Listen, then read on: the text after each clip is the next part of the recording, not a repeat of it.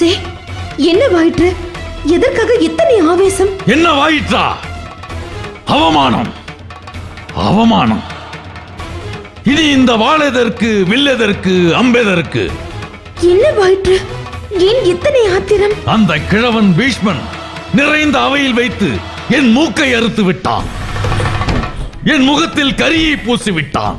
ஐயோ, என்னதான் நடந்தது? நான் கூட்டத்தோடு கூட்டமாக நின்று அர்த்தரதனாக யுத்தம் செய்ய வேண்டுமா?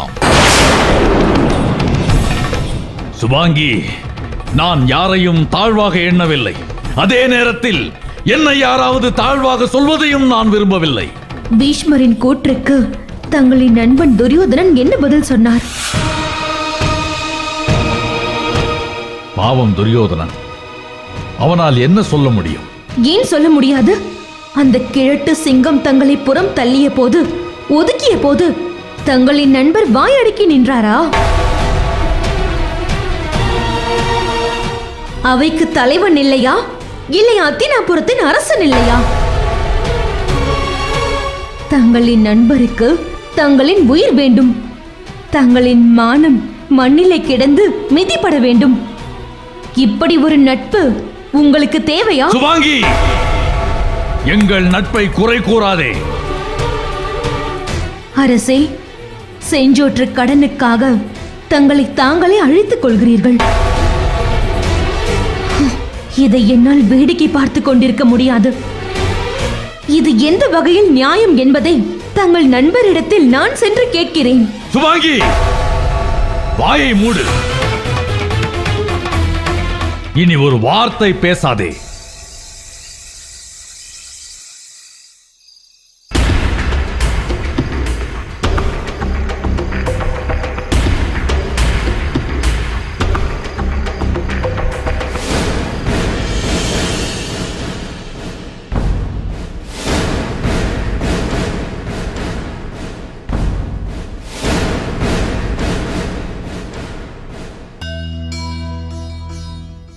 திரௌபதி,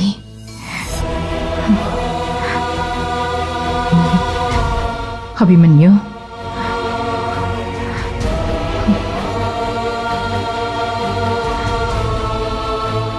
அம்மா, நடக்கவிருக்கும் குருக்ஷேத்திர யுத்தத்தில் எமக்கே வெற்றி கிடைக்க வேண்டும் என்று ஆசீர்வதிக்க வேண்டும். கண்மணிகளே, தர்மம் உங்கள் பக்கம் இருக்கிறது. தர்மம் தோற்றதாக வரலாறு இல்லை. இந்த யுத்தத்தில் நிச்சயம் நீங்களே வெற்றி பெறுவீர்கள். கலக்கம் வேண்டாம். பிறகு ஏனம்மா தங்கள் கண்களில் கண்ணீர் ததும்புகிறது? என்ன இருந்தாலும் நான் உங்களின் தாய் அல்லவா? ஏதோ ஒரு அச்சம் என்னை வாட்டுகிறது.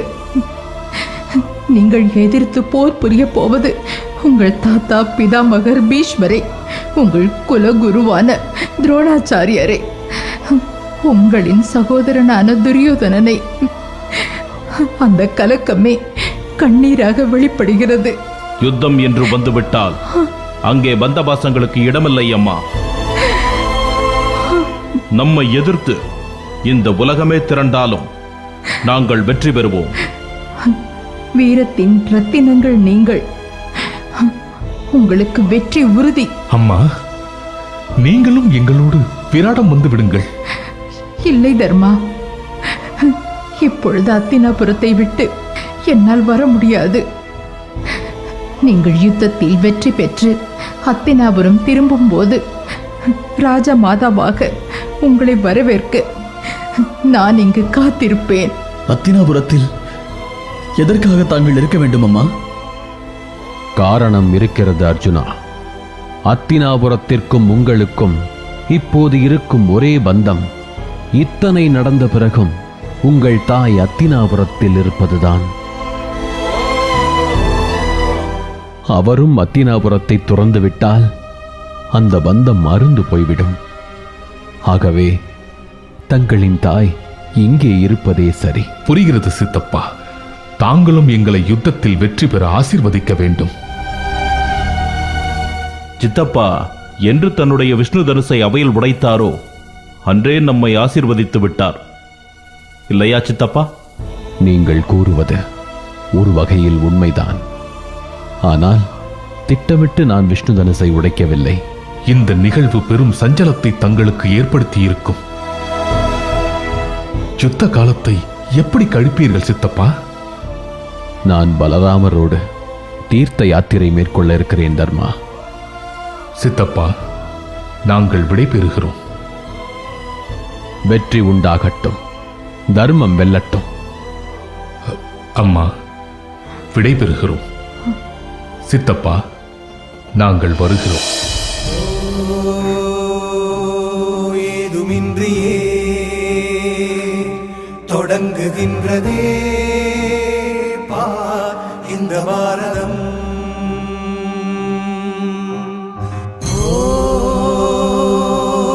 யாதுமாகியே அடங்குகின்றதே மகாபாரதம்.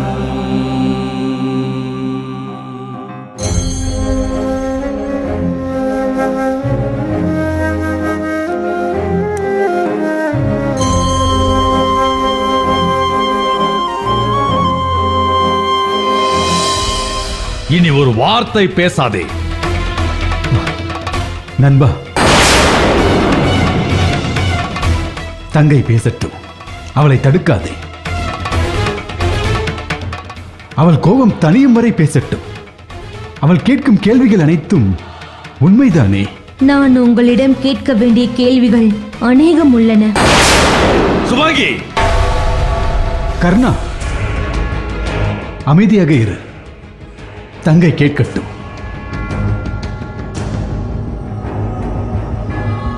அண்ணா, நீங்கள் என்ன சொல்லி என்னை இவருக்கு மனமுடித்து வைத்தீர்கள்?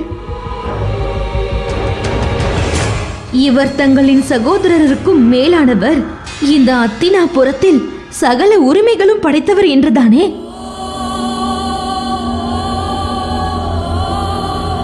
சகோதரருக்கும் மேலானவருக்கு தாங்கள் செய்யும் மரியாதை இதுதானா?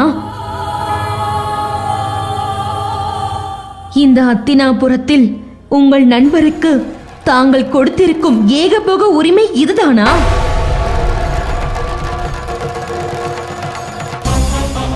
சுபாங்கி, இப்போது நீ உள்ளே செல்கிறாயா இல்லையா? நண்பா, சுபாங்கியை தடுக்காதே. ஆஹா, விபரீதம் வேறு விதமாக வெடித்து விட்டதே. சுபாங்கி கேட்பதிலும் நியாயம் இருக்கத்தான் செய்கிறது. அதன்படி பார்த்தால் கர்ணன் தான் கௌரவ சேனைக்கு தளபதியாக வேண்டும்.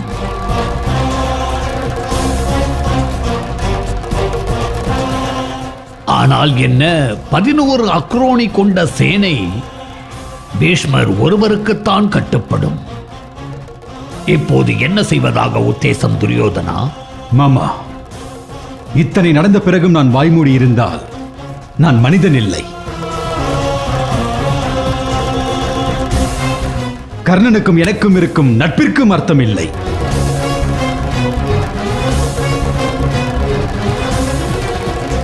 நான் முடிவு செய்து விட்டேன்.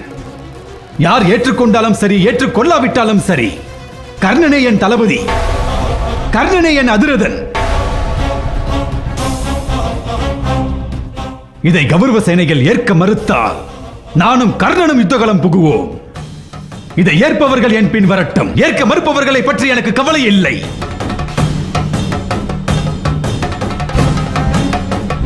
நண்பா, நான் தயார். நீ தயாரா? நண்பா, நீ என் மீது கொண்ட அன்பு என்னை வெட்கப்பட வைக்கிறது. நீ மாவீரன், ஆனால் மற்ற மாவீரர்களை உதாசீனம் செய்யக்கூடாது.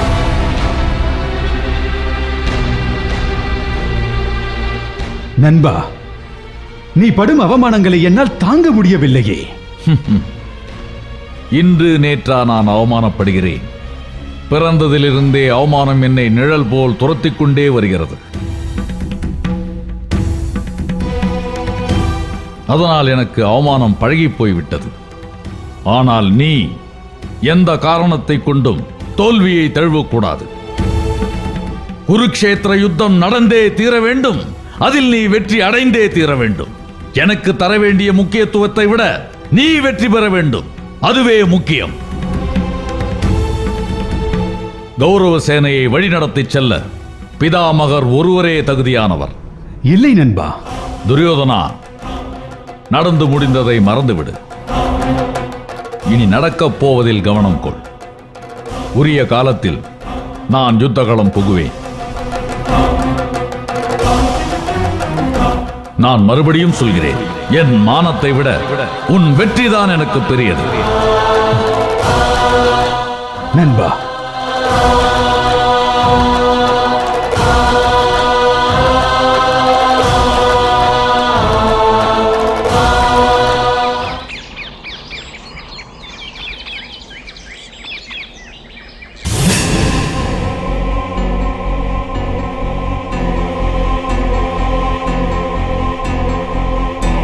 தந்தைக்கும் தாய்க்கும் வணக்கம். தங்கள் புத்திரர்கள் தங்களை நாடி வந்திருக்கிறோம். வா துரியோதனா, ஏதேனும் காரியமாக வேண்டுமா? நாளை அவையில் கூற வேண்டிய விஷயம் ஏதேனும் இருக்கிறதா? தந்தையே, உங்கள் கோபம் எனக்கு புரிகிறது. எந்த விஷயத்திலும் தங்களை நிர்பந்திக்க நான் விரும்பியதில்லை. ஆனாலும் சூழல் அவ்வாறு பணித்து விட்டது. சூழல்? மனிதர்கள் பழியிலிருந்து தப்பித்துக் கொள்ள கண்டுபிடித்த ஒரு மகத்தான வழி இல்லையா துரியோதனா?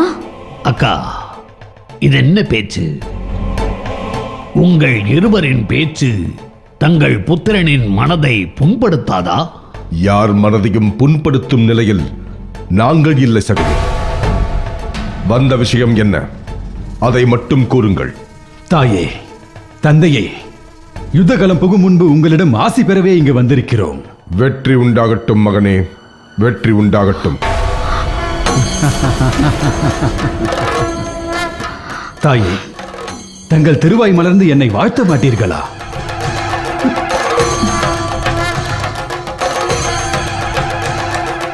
துரியோதனா,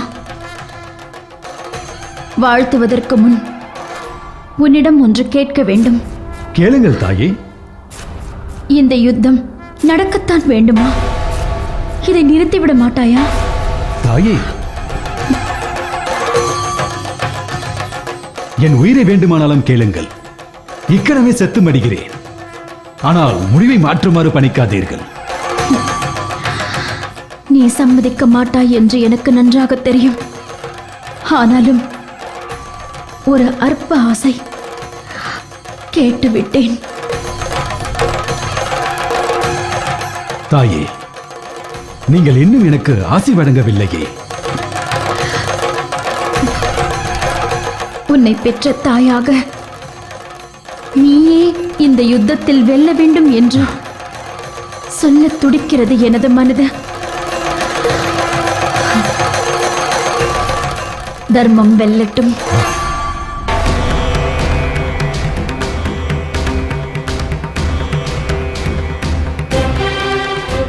நீ 1000 தவறிழைத்தாலும் என் புதல்வன் தான். ஆனால் நீதிக்கு புறம்பாக எப்போதும் என்னால் சிந்திக்க முடியாது.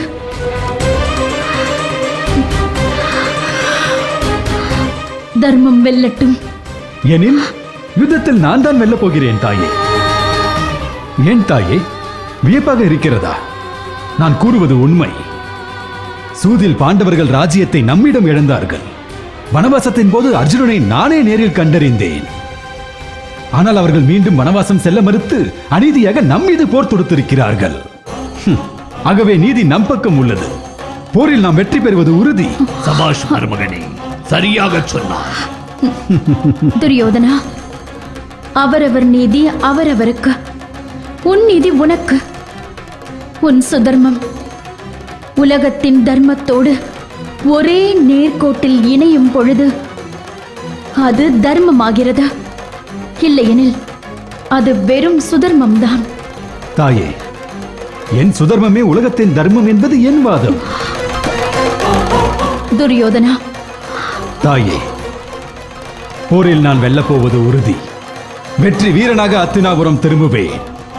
நீங்கள் ஆரத்தி எடுத்து வெற்றி திலகமிட்டு என்னை ஆசீர்வதிப்பீர். துரியோதனா, உன் நம்பிக்கை உனக்கு வெற்றியை ஈட்டித் தரும். வெற்றி உனக்கே. இந்த ஒரு வார்த்தை போதும் தந்தையே, உலகையே வென்று வருவான் உங்கள் புதல்வன். என் அருமை புத்திரனே துரியோதனா,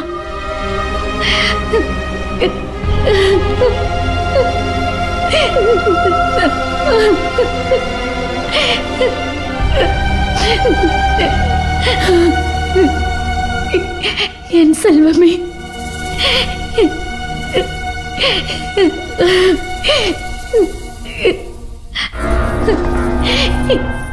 ஏனோ என் தாயுள்ளம் துடிக்கிறது. என் செல்வமே, நீ திரும்பி வரும் வரை உன் உயிர் காக்க இறைவனின் பாதங்களில் தவம் கிடப்பாள் இந்த தாய்.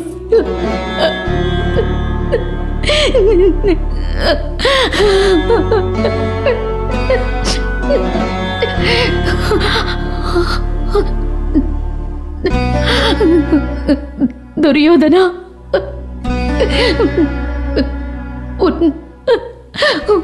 உன் முடிவை மாற்றிக்கொள்ள மாட்டாயா? தாயே, கண்ணீர் சிந்த வேண்டாம். உங்கள் புத்திரன் மாவீரன், அவனை நெருங்க அந்த காலனும் அஞ்சுவான். நான் வெற்றியோடு திரும்பி வருகிறேன். என்னை ஆசீர்வதியுங்கள். மகனே துரியோதனா, வெற்றி செய்தி மட்டுமே என் செவிகளில் விழ வேண்டும். ஒவ்வொரு நாளும் நமக்கே வெற்றி உண்டாகட்டும். வெற்றியோடு திரும்பி வாருங்கள், வெற்றியோடு திரும்பி வாருங்கள்.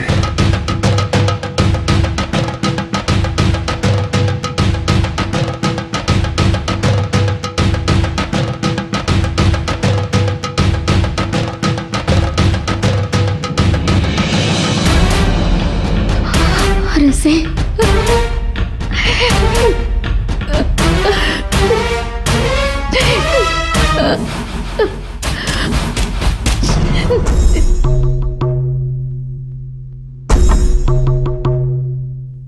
அண்ணா, இறுதி வரை நீ அன்னையின் கூற்றில் இருந்த உண்மையை உணரவே இல்லையே.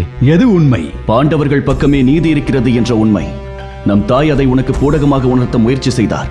ஆனால் நீ அதை பற்றி ஒன்றும் அறியாதவன் போல் பாவனை செய்து விட்டாய். அண்ணா, அன்னை சொன்னது போல் தர்மமே இறுதியில் வெல்லும். அந்த தர்மம் நம் பக்கம் இல்லை. வேண்டாம் அண்ணா, இந்த யுத்தம் நம்மை உரு தெரியாமல் அழித்து விடும். இப்போதும் காலம் கடந்து விடவில்லை. நீ தலையசைத்தால் போதும், இதோ இக்கணமே போரை நிறுத்தி விடலாம். பாண்டவர்களுக்கு அவர்களது ராஜ்யத்தை திருப்பி கொடுத்து விடலாம். வாயை மூடடா பேடியே! யுத்தம் புக அச்சம் என்றால் இப்போதே இங்கிருந்து ஓடிவிடு. துச்சாதனா, ஆத்திரம் கொள்ளாதே. யூத் சொன்ன வார்த்தைகள் அத்தனையும் சத்தியமானவை. இந்த போர் மூண்டு விட்டால் நம் குலமே அழிந்து போகுமோ என்று அஞ்சுகிறேன். வேண்டாம் அண்ணா, நம் பக்கம் நீதி இல்லை. நாம் அதர்மமாக பாண்டவர்களின் ராஜ்யத்தை அபகரித்தோம். அதை திருப்பி கொடுத்து விடுவதே நல்லது. கோழைகளே, இனி ஒரு சொல்லேனும் உதிர்த்தால் உங்கள் நாவை துண்டாக்கி விடுவேன். இனி சமாதானம் என்ற பேச்சிற்கே இடமில்லை. போர் பிரகடனம் செய்துவிட்டு சமாதானத்திற்கு முயற்சிப்பவன் ஒரு சத்திரியனாகவே இருக்க முடியாது. நீ நினைப்பது தவறு துச்சாதனா. யுத்த தந்திரங்களில் முதன்மையானது சமாதானம். அதுவே முழுமையான வெற்றிக்கு வழிவகுக்கும் என்கிறது சத்திரிய தர்மம். யுயுத்சு, உன் பிதற்றலை நிறுத்து. அண்ணனுக்கு அறிவுரை கூறும் அளவிற்கு யார் உனக்கு தைரியம் தந்தது? துச்சாதனா, உண்மையை யார் வேண்டுமானாலும் எடுத்துரைக்கலாம். எது உண்மை? கோழைகளே, பாண்டவர்களை கண்டு அஞ்சுகிறீர்களா? உயிர் மேல் அத்துணை ஆசை இருந்தால் இங்கிருந்து ஓடிவிடுங்கள். மன்னித்து விடுகிறேன். அண்ணா, இது என்ன பேச்சு? யுத்தத்திற்கு அஞ்சும் கோழைகள் அல்ல நாங்கள். எவர் பராக்கிரமத்தை கண்டும் எமக்கு அச்சம் இல்லை. உமக்கு நீதியை எடுத்து உரைக்க வேண்டியது சகோதரர்களாகிய எங்கள் கடமை. ஆனால் யுத்தம் என்று ஒன்று வந்தால் உனக்காக உயிரை கொடுப்பதும் எங்கள் கடமையாகும். நாம் அனைவரும் ஒரு தாய் மக்கள். ஆனால் உங்கள் இருவரது எண்ணம் மட்டும் வேறுபட்டு இருக்கிறதே. உடனே யுத்தத்திற்கு தயாராகுங்கள். இனிமேலும் அண்ணனை கோபத்திற்கு ஆளாக்க வேண்டாம்.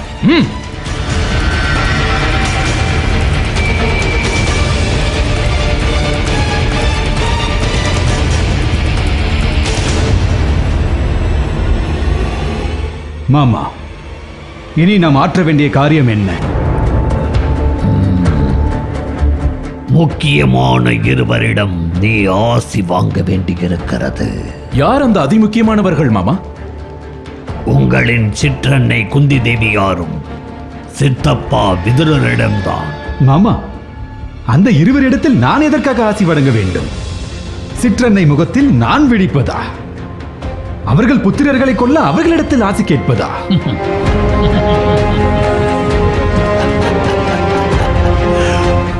மருமகனே, உன் சிற்றன்னையிடம் அவர்களின் புத்திரர்கள் எங்கே இருக்கிறார்கள் என்று கேட்டு அழுது கண்ணீர் விட்டு காலில் விழுந்து நாடகம் ஆடியவன் தானே நீ. உன் சிற்றன்னையின் ஆசி உனக்கு மிக முக்கியம். மாமா, சிற்றன்னையிடம் சரி, சித்தப்பா விதுரரிடம் இதற்காக ஆசி கேட்க வேண்டும். ஆசி மட்டுமல்ல, முடிந்தால் அவரை யுத்தத்திற்கு அழைத்துப் பார். யுத்தத்திற்கா? ஆ, சித்தப்பாவிடம் தான் இப்போது விஷ்ணு தனுசும் இல்லையே. அவரை யுத்தத்திற்கு அழைப்பது நமக்கென்ன பயன்? வில் இல்லை என்றால் என்ன? விதுரனின் வீரம் இருக்கிறதே, அவருடைய மதிநுட்பம் இருக்கிறதே. ஆகையால் விதுரரிடம் வருந்தி மன்னிப்பு கோரி அவரை யுத்த களத்திற்கு அழைத்துப் பார். அப்படி அவர் வர மறுத்தால் உடனே உன் கோபத்தை காட்டிவிடாதே, அவரிடம் ஆசையை பெற்றுவிடு. முயற்சிக்கிறேன் மாமா.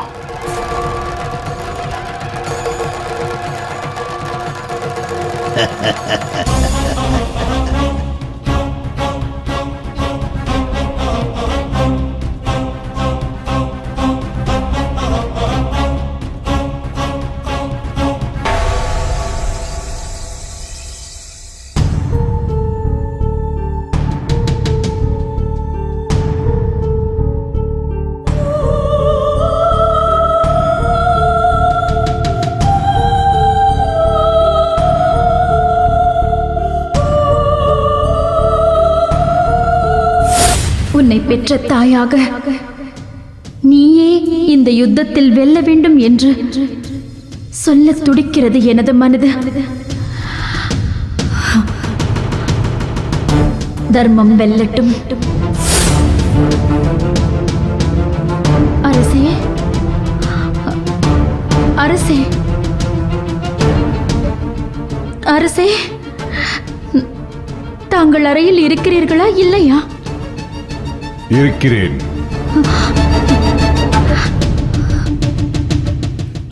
ஏன் மௌனித்து இருக்கிறீர்கள்? பேசி மனவருத்தத்தை சம்பாதிப்பதை விட மௌனமாக இருப்பதே மேல்.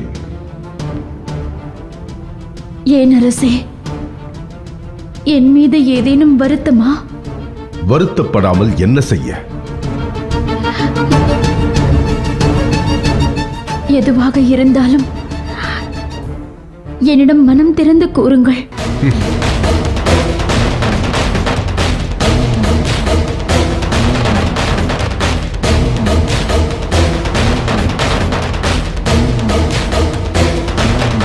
காந்தாரி, நீதானே துரியோதனனை பெற்றாய்? அரசே, ஏன் இப்படி ஒரு கேள்வி? வேறு எப்படி கேட்பது? உன்னிடம் ஆசி கேட்டு வந்தான் என் மகன் துரியோதனன். ஆனால் அதற்கு நீ என்ன செய்தாய்? நீதி வெல்லும், தர்மம் வெல்லும் என்று அவன் மனதை புண்படுத்தி அனுப்பிவிட்டாய். அதுதானே உண்மை. உண்மை எதுவாக வேண்டுமானாலும் இருந்துவிட்டு போகட்டும். தாய் தந்தையாக நாம் ஆசி வழங்குவதுதானே முறை. அது மட்டுமா? யுத்தத்திற்கு புறப்படும் வேளையில் இந்த யுத்தத்தை நிறுத்திவிடு என்றாய். இது சரியா? இந்த யுத்தம் நிறுத்தப்பட்டால் நல்லதுதானே? இல்லை, இந்த யுத்தம் நடந்தாக வேண்டும். அரசே, என்ன கூறுகிறீர்கள்? ஆம், இந்த யுத்தம் நடந்தாக வேண்டும். துரியோதனன் பாண்டவர்களோடு பகைமை கொண்டதை நான் விரும்பவில்லை. ஆனால் இந்த யுத்தம் நடப்பதை நான் விரும்புகிறேன். அரசே, நீங்கள் பேசுவது முரண்பாடாக இருக்கிறது. ஏன் தாங்கள் இந்த யுத்தத்தை விரும்புகிறீர்கள் என்று நான் அறிந்து கொள்ளலாமா? என் மனவேதனையை யாரும் அறிய மாட்டீர்கள். நான் இந்த அத்தினாபுரத்தின் சக்கரவர்த்தி. ஆனால் எனக்கு முறைப்படி முடிசூட்டப்படவில்லை. இந்த முரண்பாட்டை என்றாவது எண்ணி பார்த்ததுண்டா காந்தாரி? பாண்டு மகாராஜா தன்னுடைய ராஜ்யத்தை தியாகம் செய்துவிட்டு வனப்பிரஸ்தம் செய்ததால் தான் இப்பொழுது திருதராஷ்டிரர் அரியணையில் அமர்ந்திருக்கிறார் என்பதை மறந்து விடாதீர்கள். தந்தையே, நீங்கள் இந்த நாட்டை ஆட்சி செய்து கொண்டிருக்கலாம். ஆனால் யாருக்கு சக்கரவர்த்தி என்று முடிசூட்டினார்கள்? என் தம்பி பாண்டுவிற்கு. நீங்கள் பார்வையற்றவர் என்ற ஒரே காரணத்திற்காக அரசாலும் உரிமை மறுக்கப்பட்டது, அப்படித்தானே?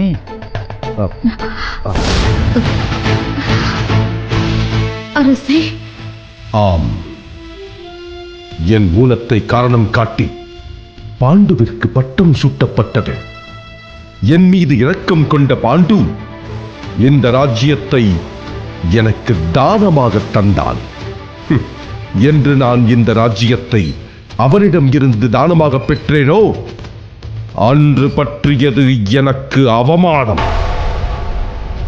என்னால் சக்கரவர்த்தியாக தலை நிமிர்ந்து ஒரு நாள் கூட அமர முடிந்ததில்லை.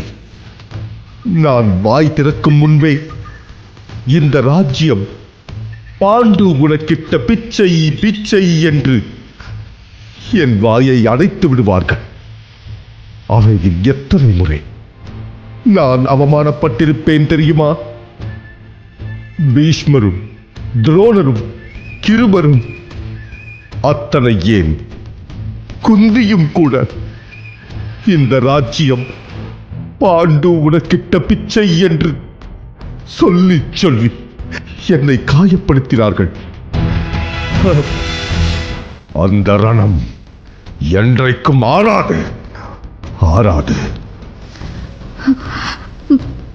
அரசே. ஆம் காந்தாரி, அந்த அவமானத்தை நம் மகன் துரியோதனன் துடைத்தெறிவான். இந்த யுத்தம் நடக்க வேண்டும்.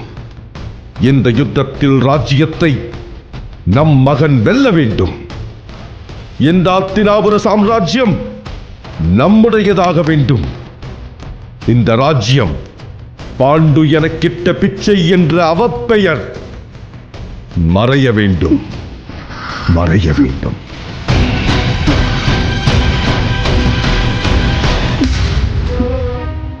இந்த யுத்தம் நடப்பதை காந்தாரி, உன்னை போல் நானும் விரும்பவில்லைதான்.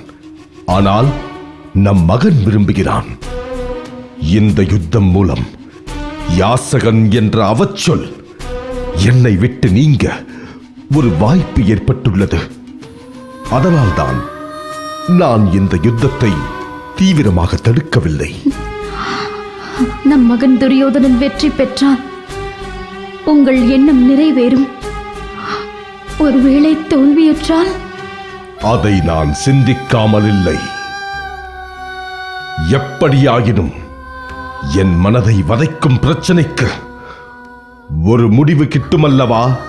அப்படியானால் எந்த முடிவையும் ஏற்றுக்கொள்ளும் மனநிலையில் தான் இருக்கிறீர்கள். ஆம் காந்தாரி, அது மட்டுமல்ல, துரியோதனன் வெற்றி பெற்றால் பாண்டவர்களுக்கு அவர்களுக்கு உரிய பங்கை போராடியாவது அவனிடம் இருந்து மீட்டுத் தருவேன். இந்த விஷயத்திலும் நான் உறுதியாகத்தான் இருக்கிறேன். இப்போது சொல் காந்தாரி, இந்த யுத்தத்தில் நம் மகன் வெற்றி பெற வேண்டியது அவசியமா இல்லையா? துரியோதனனுக்கு சொன்னதைத்தான் உங்களுக்கும் சொல்கிறேன். தர்மம் வெல்லும், அல்லது வெல்வது தர்மமாக இருக்கும். துரியோதனன் சொன்னதைத்தான் நானும் சொல்கிறேன். என் மனதில் தர்மம் உள்ளது. அதனால் என் மகன்தான் வெல்வான்.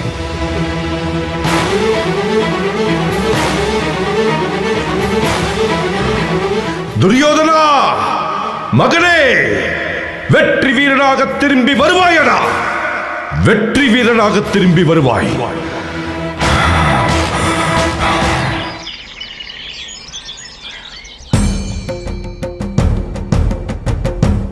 சிற்றன்னைக்கும் சித்தப்பாவிற்கும் வணக்கம்.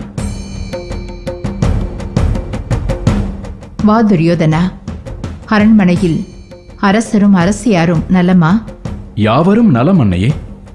எங்களை நாடி வந்ததின் நோக்கம் என்ன துரியோதனா? தாயே, நாங்கள் போர்க்களம் புக உள்ளோம். வெற்றி எனக்கே கிட்ட வேண்டும்.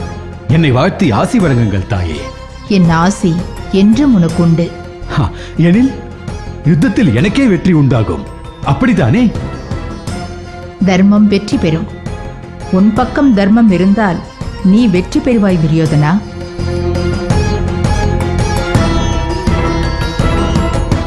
தாயே, வெற்றி எனக்கே உண்டாக வேண்டும் என்று ஆசி வழங்குங்களேன். அப்படி ஆசீர்வதிக்கத்தான் எனக்கும் விருப்பம். ஆனால் தர்மமே வெல்லும் என்பதே சாஸ்வதமான உண்மை. என் புத்திரர்கள் பாண்டவர்களுக்கே நான் இவ்வாறுதான் ஆசி வழங்கினேன். என் தாயும் தங்களைப் போல்தான் ஆசி வழங்கினார். சத்திரிய பெண்களுக்கு தர்மமே உயிர். ஆகவே எங்கள் ஆசி ஒத்திருந்ததில் வியப்பதற்கு ஒன்றுமில்லை. நன்றி தாயே. சித்தப்பா, உங்களின் இல்லம் நாடி வந்திருக்கிறேன். என்னை ஏறிட்டு பார்க்க கூடாதா? ஏனடா வந்தாய் என்று ஒரு வார்த்தை கேட்க கூடாதா? உன்னை கேட்க நான் யார்? இந்த இல்லமும் வாழ்வும் நீங்கள் எனக்கிட்ட பிச்சை அல்லவா? நடந்ததை இன்னும் நீங்கள் மறக்கவில்லை போலும். அன்று ஏதோ ஆத்திரத்தில் அப்படி பேசிவிட்டேன். அதற்காக உங்களிடம் நான் மன்னிப்பு கேட்கிறேன். துரியோதனா, யாரையும் மன்னிக்கும் அருகதையோ உரிமையோ எனக்கு இல்லை. சித்தப்பா, இன்னொரு முறை அப்படி பேச வேண்டாம். அண்ணன் உண்மையிலேயே நடந்ததை நினைத்து வருந்துகிறான். எங்களை மன்னித்து விடுங்கள்.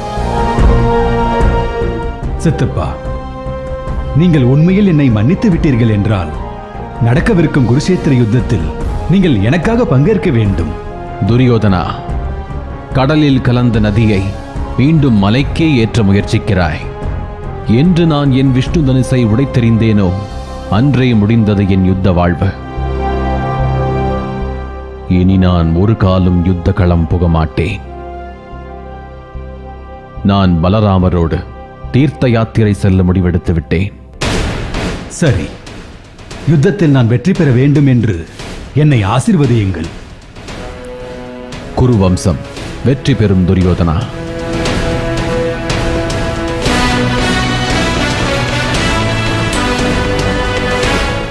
வருகிறேன் சித்தப்பா, வருகிறேன் தாயே.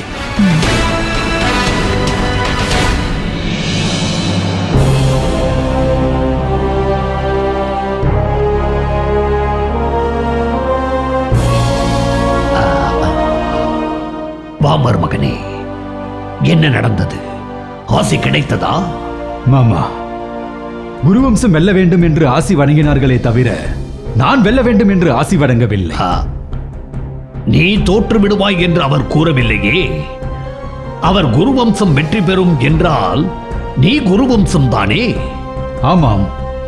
பிறகென்ன மருமகனே, கவலையை மறந்த நட, வெற்றி உனக்கே.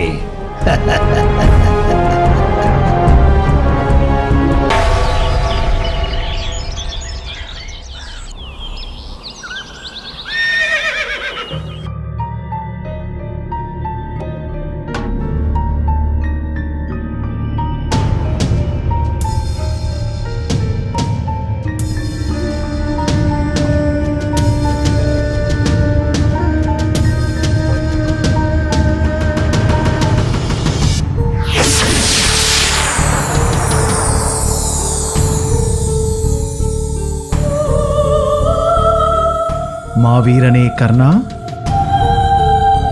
பலே, யார் அது? மாதவனா? விடிந்ததும் பார்த்தனுக்கு சாரதியாக தேரோட்டிய வேண்டிய கிருஷ்ணன் என் இல்லத்திலா? வீடு தேடி வந்தவனை வா என்று ஒரு சொல் கூறி அழைக்க மாட்டாயா கர்ணா? வா கிருஷ்ணா, அமர். தாகசாந்தி ஏதேனும் செய்கிறாயா? வேண்டாம். அமைதியற்று தவிக்கும் உன் மனதை சாந்தி செய்யவே நான் இங்கு வந்திருக்கிறேன். கிருஷ்ணா, உன்னை நான் அறிவேன் கர்ணா. அங்கே குருக்ஷேத்திரத்தில் சேனைகள் திரண்டு கொண்டிருக்கின்றன. சத்திரிய குலமே அங்கே குழுமிக் கொண்டிருக்கின்றன. ஆனால் நிகரற்ற வீரனான நீ இங்கே பெண்ணைப் போல் பேடியைப் போல் அரண்மனைக்குள் முடங்கிக் கிடக்கிறாய். கிருஷ்ணா! கர்ணா, உன் மனதை நோகடிக்க வேண்டும் என்பது என் நோக்கமல்ல. மாவீரன் நீ. இப்படியொரு யுத்தம் மூளும் என்று எத்தனை நாள் காத்திருந்திருப்பாய்? அர்ஜுனனை பழிதீர்க்க எத்தனை நாள் தவம் இருந்திருப்பாய்? உன் நண்பன் துரியோதனனிடம் நீ பட்ட நன்றிக்கடன் தீர்க்க காத்து கிடந்திருப்பாய். கிருஷ்ணா, என்னை கொல்லாமல் கொல்லாதே. கர்ணா, இப்படி ஒரு அற்புதமான வாய்ப்பு கிடைத்தும் அதை நழுவ விட்டு விட்டாயே. சத்திரிய குலத்தில் பிறந்த சிசு கூட இந்த யுத்தத்தில் பங்கெடுக்கிறது. ஆனால் நீயோ கரை ஒதுங்கி நிற்கிறாய். எனில் ஊரார் தூற்றுவது போல் நீ சூதபுத்திரன் என்பது உறுதியாகிவிடாதா?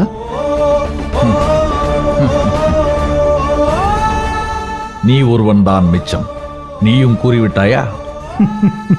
கர்ணா, உன் வீரத்தையும் குலத்தையும் அறியாதவனா நான்? ஊராரின் எண்ணத்தை நினைவூட்டினேன். இப்போது நீ யுத்தகளம் செல்லவில்லை என்றால் அவர்களின் எண்ணம் உறுதியாகிவிடாதா? கிருஷ்ணா, பீஷ்மர் களத்தில் இருக்கும் வரை நான் யுத்தகளம் புகமாட்டேன் என்று அவையறிய சூளுரைத்திருக்கிறேன். ஆகையால் நான் பொறுமையாகத்தான் இருக்க வேண்டும். வேறு வழி இல்லை.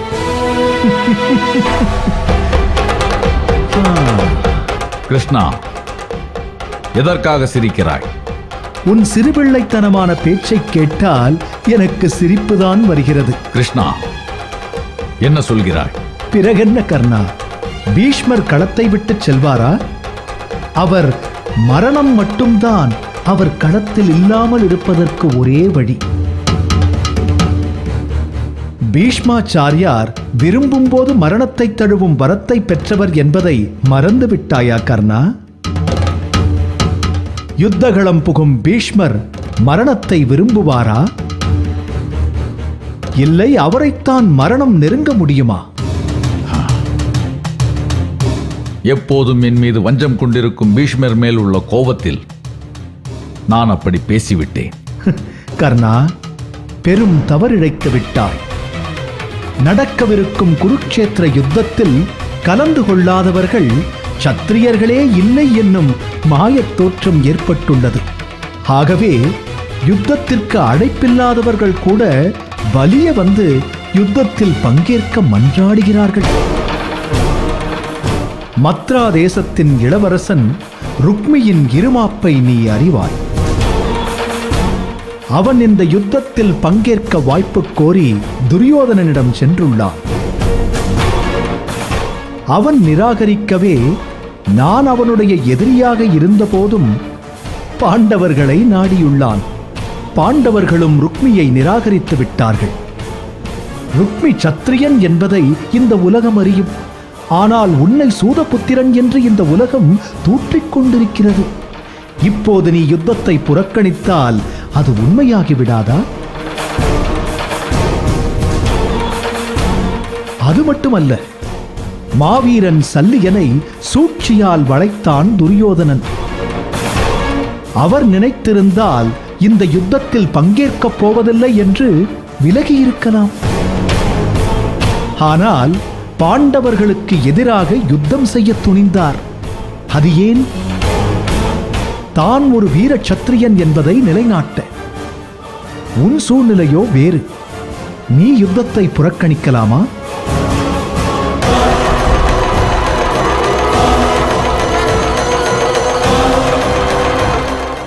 எனக்கு இருந்த ஒரே வாய்ப்பைத்தான் நான் தடுத்துக் கொண்டேனே.